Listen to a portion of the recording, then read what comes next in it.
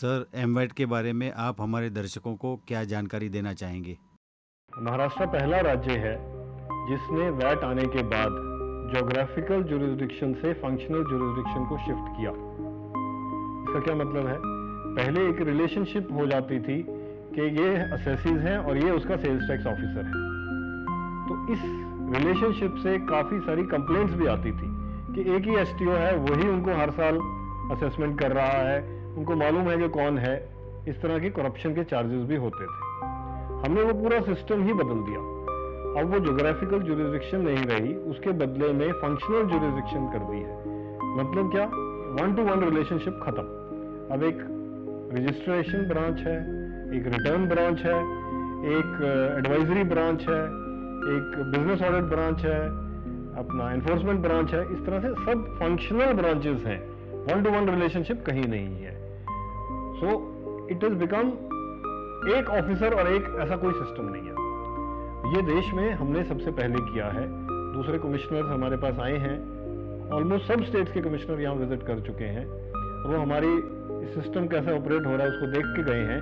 और जैसा मुझे मेरे पास इंफॉर्मेशन है, जो हम मिलते रहते हैं इसमें empowered committee of finance ministers की हमारी ऑलमोस्ट एवरी मंथ एक मीटिंग होती है।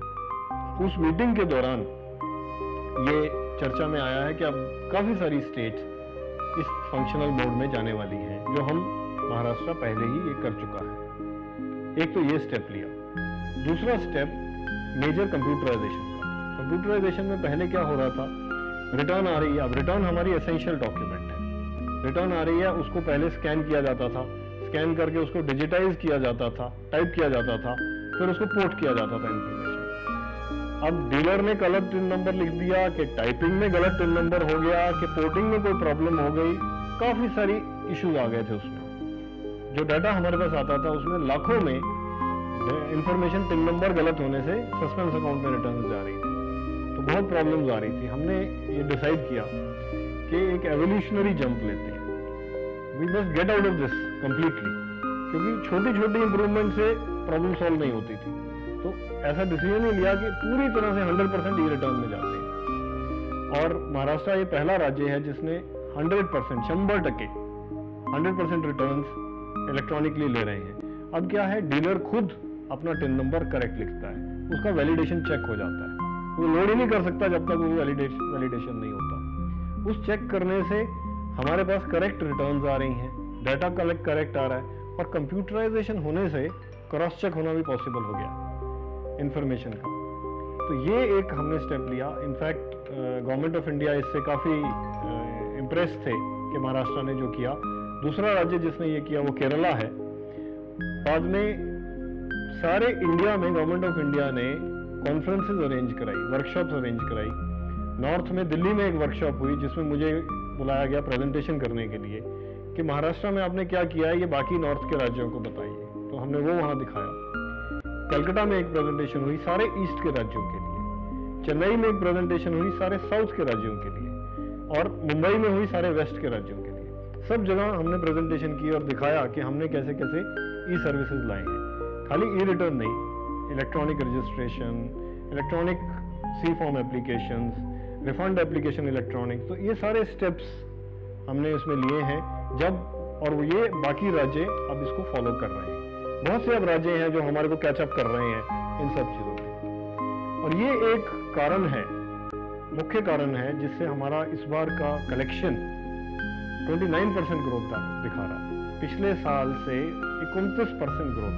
सेल्स टैक्स की हिस्ट्री में, पूरी 40-50 साल की हिस्ट्री में ऐसी ग्रोथ कभी नहीं हुई ओवर द प्रीवियस ईयर। 29%। अब हमारी ग्रॉस कलेक्शन 47,500 करोड़ पहुंच गई है, जबकि पिछले साल ये 36,000 करोड़ थी। ये इस तरह की ग्रोथ हुई है। इस ग्रोथ में एक और मेजर चीज जो हमने की वो ये हुई कि पहले बीएसटी पीरियड था जो 2005 से पहले, उसमें हम सबकी असेसमेंट करते थे। कईयों की समरी असेसमेंट होती थी, कईयों की ये डिटेल्ड असेसमेंट होती थी। वो सिस्टम से हमने, जैसे इनकम टैक्स डिपार्टमेंट है, स्क्रूटनी की तरफ ले गए पूरी तरह से। अब हम रिस्क बेस्ड ऑडिट करते हैं। वो रिस्क बेस्ड ऑडिट से जहां जहां हमको आइडेंटिफाई होता है, पता लगता है कि यहाँ ऑडिट करने की जरूरत है, वहां जाके हम फोकस करते हैं, रादर देन सारे 6 लाख डीलर्स की जाके बैठ के असेसमेंट करना। लेकिन साथ में एक दूसरा स्टेप लिया ताकि मेजॉरिटी इस ऑडिट से बाहर ना चली जाए, क्योंकि हम कर सकते हैं 40-50 हज़ार का ऑडिट एक साल में, तो बाकी लोगों का क्या, एक प्रश्न आता था। तो एक इंट्रोड्यूस किया कि अपने अपने चार्टर्ड अकाउंटेंट के थ्रू हमारा ऑडिट करके दो। वो ऑडिट पहले लेना शुरू किया तो वो मैनुअल में लेना शुरू किया, जिसका कुछ खास फायदा नहीं हो रहा था। वो गोडाउन में जाता था, काफी भर जाता था ये सारा। इनफैक्ट कुछ दूसरी स्टेट्स ने भी किया, उसको तो निकालना मुश्किल हो रहा था। उसको हमने पूरी तरह से इलेक्ट्रॉनिक कर दिया। चार्टर्ड अकाउंटेंट और डीलर अब वो पूरी ऑडिट रिपोर्ट, उसको 704 फॉर्म बोलते हैं, पूरी ऑडिट रिपोर्ट ये अपलोड इलेक्ट्रॉनिकली करते हैं। और उसके साथ हमने एक एनेक्शर लिया जो पूरा सेल्स एंड परचेज का वर्ष भर का उसका डिटेल्स है। उसका इतना हमको फायदा हो रहा है, अब हम कंपैरिजन कर सकते हैं। कोई रिफंड की एप्लीकेशन करता है, पहले क्या होता था, जिसको आप पुराने जमाने में इंस्पेक्टर राज बोलते हैं, ये इंस्पेक्टर राज वाला सिस्टम था। कैसे, किसी ने कुछ क्लेम किया तो दूसरे ने वो टैक्स भरा है कि नहीं, इनपुट टैक्स क्रेडिट जिसको बोलते हैं, उसके लिए हमारे इंस्पेक्टर उसके चेक करने के लिए उसके ऑफिस में जाते थे। तो हजारों जगह पे इंस्पेक्टर जाके विजिट कर रहे हैं, ये क्रॉस चेक करने के लिए कि ये जो है डीलर, इसने जो क्लेम किया वो करेक्ट है कि नहीं। ये 704 के साथ एनेक्शर आने से अब हम इसको पूरा कंप्यूटर पे करते हैं।